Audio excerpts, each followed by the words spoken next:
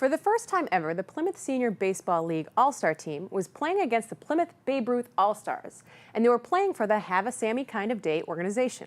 But before the evening's festivities, both teams were treated to a couple hours of practicing with members of the semi-pro Plymouth Pilgrims, doing fielding, pitching, and hitting drills.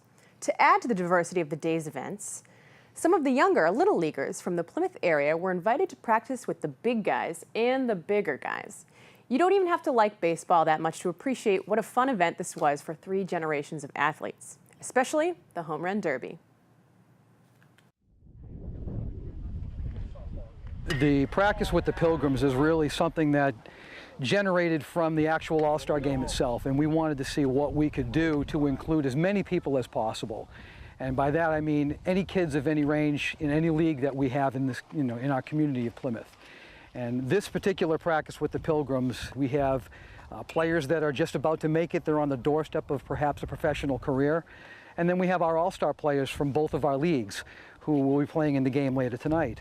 And to add to the whole experience, we've invited the younger kids, 12 and under, to kind of take advantage of the day, the experience in total, and really a great mentoring opportunity for our all-star players from both leagues. Mark contacted me over the winter, told me about the day, asked if we would want to be involved in working with the younger kids, which we were happy to do.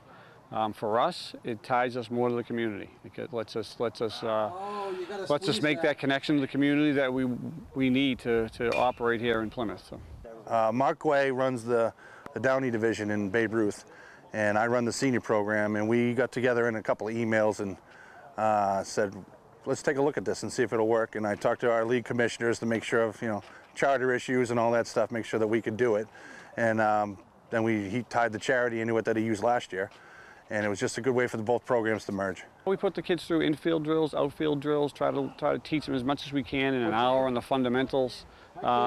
Probably ratchet up a little bit from what they're used to. We're hitting balls a little bit harder. We're introducing some things that they may not be used to. Pitching drills just to get a chance to work with a college player who's an established college player, potential major league player.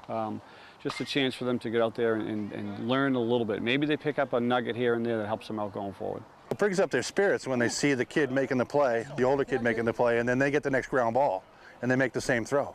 I can make that play. That puts it in their head.